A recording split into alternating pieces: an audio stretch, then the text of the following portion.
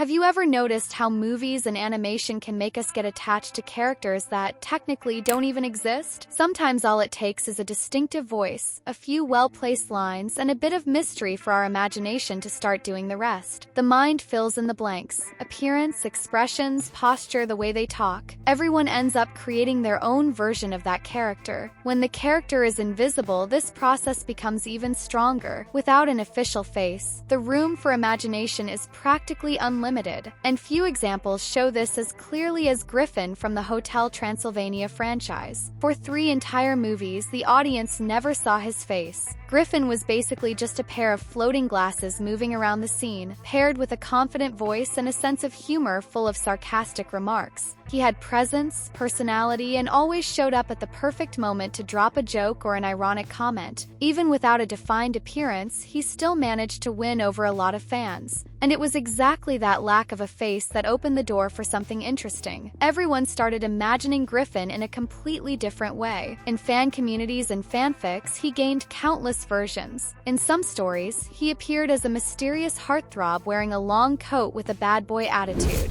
In others, he was portrayed in a softer way with a youthful look, curly hair, and a friendly expression.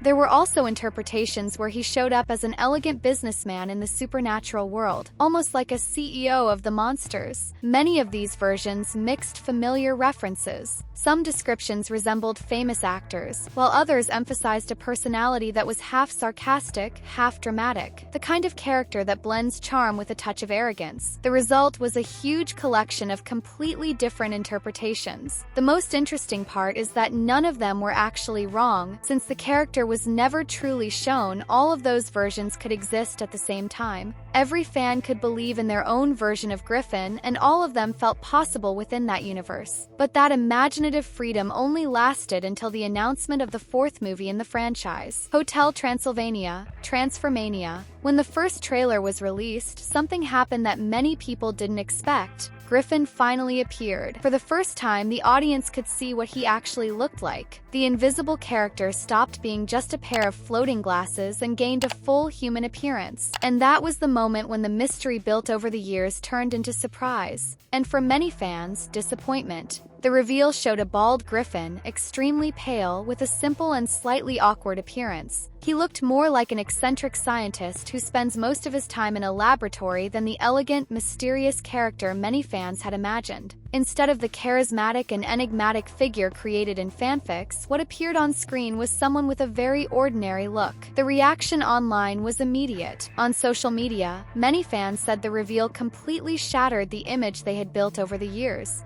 Some joked that they felt betrayed by their own imagination. Others said the fanfics they had written or followed now felt like they belonged to a completely different reality. Through all, a lot of people had spent years projecting ideas, expectations, and even feelings onto something that, in the movies, was just a pair of floating glasses. Meanwhile, another curious detail in the same film drew even more attention. Frankenstein from the franchise, who is known for being a large, stitched-together monster with exaggerated features, also goes through a transformation. When he takes on a human form, he appears completely different. Tall, strong, tanned, with neatly styled hair and features considered very attractive. In other words, the character who originally represented the monster suddenly ends up looking like a classic heartthrob. Contrast was impossible to ignore. On one side, the classic monster gets a major beauty upgrade when he becomes human. On the other, the character who had always been surrounded by mystery is revealed as someone completely ordinary, without any of the aura fans had imagined. That clash between expectation and reality quickly became one of the most talked about topics among fans of the franchise. For years, Griffin had existed only in the imagination of the people watching the movies, and when he finally received an official face, he looked nothing like the versions many people had created in their own minds. And this whole situation ended up opening a discussion that goes beyond simple internet jokes. Because even though it's an animated comedy, you can still notice how the visual design of characters often follows a somewhat distorted logic. Many times, appearance still works as a kind of narrative reward. Protagonist becomes handsome when he turns human. Meanwhile, the secondary character, the one usually responsible for comic relief, ends up with a design intentionally made to look strange or awkward. With Griffin, it wasn't just a reveal of appearance. For many people, it felt more like the character had been reduced to a visual stereotype. The humor in the trailer scene didn't really come from the surprise of finally seeing his face. The joke came from the shock of his appearance. And that raises a simple question. Does laughing at that still work the same way today? Of course, a lot of people did find it funny. The entire franchise works with visual exaggeration. Dracula has that triangular head shape, Wayne always looks like a hairy middle-aged uncle, and almost every character is designed as a caricature. The animation style has always been exaggerated and cartoony, but with Griffin, the reaction felt different. Because he wasn't just another odd-looking character in that universe. For years, he was a fan favorite precisely because he was invisible. The mystery was part of the appeal, and once that mystery disappeared, the joke felt to some fans less like a fun reveal and more like a cheap twist. The discussion became even more intense when some people started pointing out that the character's design could resemble problematic visual stereotypes.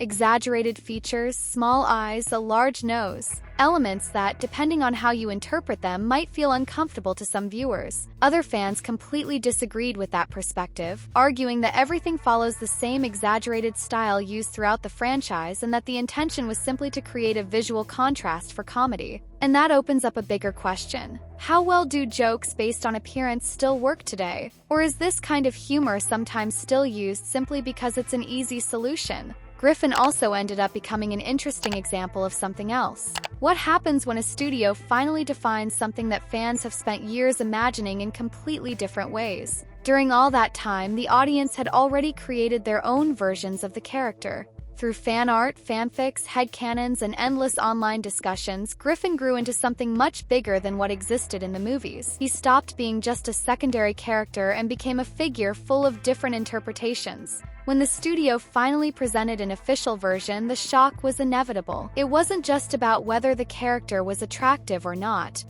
For many fans, the real issue was that this didn't feel like the Griffin they had built in their imagination. The Griffin from fanfics, Tumblr art, and fan theories seemed far more complex, charismatic, or mysterious. This also shows how the relationship between fans and creators has changed over the years. Today, the audience isn't just watching passively. They comment, interpret, create theories, produce art, write stories, and expand the universe of the work themselves.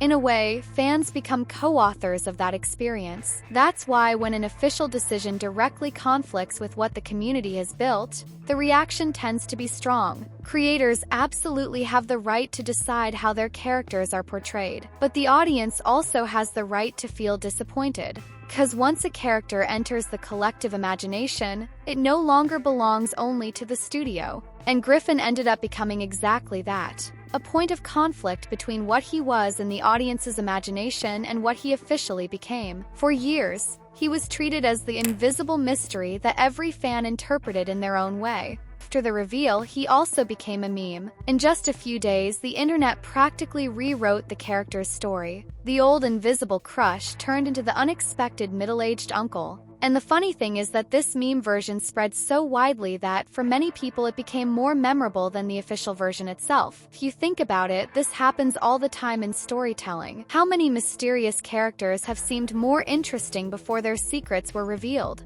Sometimes the mystery is more powerful than the answer. What isn't shown leaves room for imagination, and imagination almost always creates something bigger. Maybe that's exactly why Griffin became such a curious case within the franchise. While he was invisible, he could be anything: handsome, strange, charming, awkward, seductive, mysterious. Every person filled that gap in their own way. Once he finally received an official face, he became just another character with a fixed design. The mystery disappeared. In its place came the jokes, and of course the memes. It's easy to understand why some fans were genuinely frustrated. After all, many people spent years creating their own versions of that character. But at the same time, there's something fascinating about the whole situation. The internet's exaggerated reaction revealed something very human. The way we connect with fictional stories. We get attached, we build expectations, we imagine possibilities. And when the official version shows up and doesn't match what we had in our heads, the shock is unavoidable. In the end, Hotel Transylvania. Transformania was the movie that finally decided to show what Griffin would look like in human form, just like what happened with the other monsters in the story. The idea of reversing the roles between monsters and humans was actually pretty creative within the plot, but not everyone liked the result. For some fans, the reveal of Griffin's appearance was just another detail in a movie that hadn't fully pleased them to begin with. When the overall reception of a film isn't very positive, every creative decision becomes a target for criticism, even the design of a character nobody had ever seen before. Either way, many people had imagined something different, maybe something more charismatic with that kind of awkward but charming energy, an eccentric character but still memorable. When Griffin appeared bald, clumsy, and with that distracted scientist vibe, many people's reaction was simply surprise.